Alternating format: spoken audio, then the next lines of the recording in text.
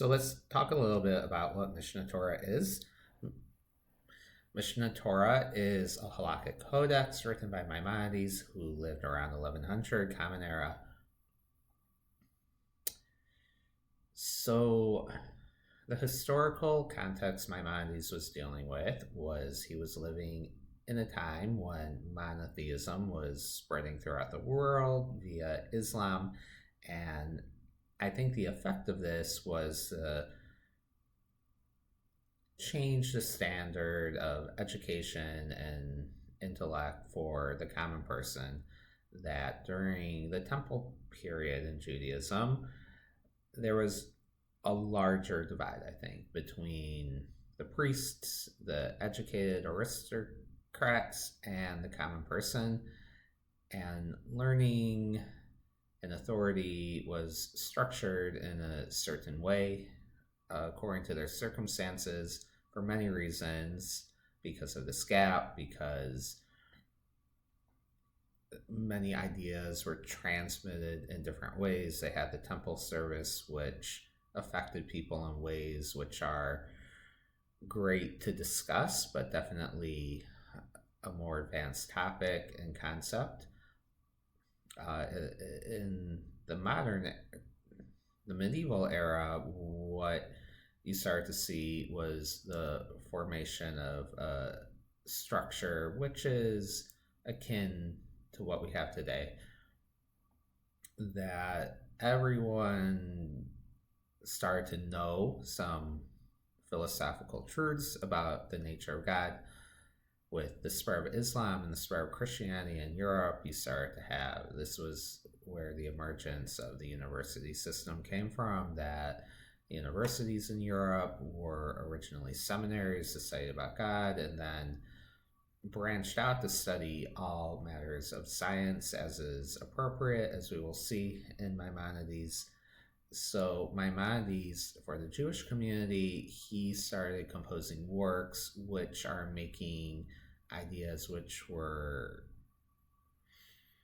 recorded abstractly in the Gemara more accessible to common people who are maybe more involved with their jobs or not quite as diligent. So he created a few works. He created three main works: a commentary to the Mishnah, Mishnah Torah, and Guide for the Perplexed. The commentary for the Mishnah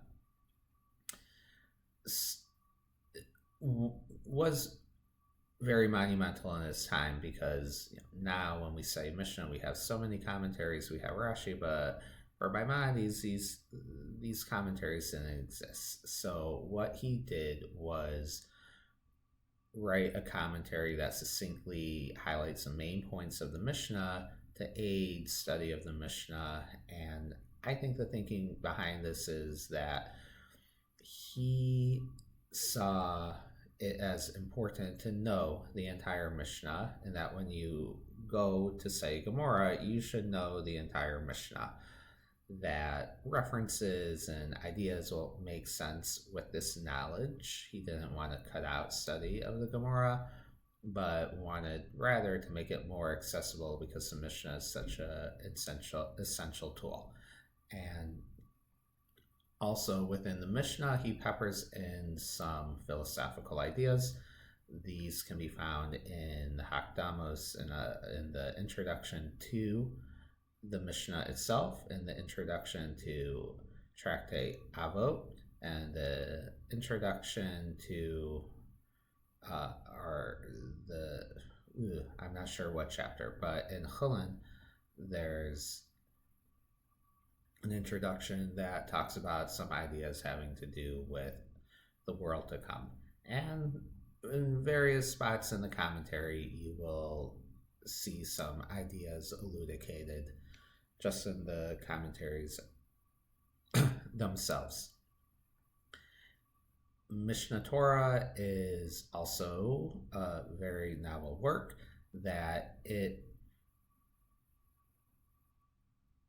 categorizes halacha according to concept. Halacha is derived from the 613 commandments, and all the commandments have particulars. So you'll find. Let's open up Rambam.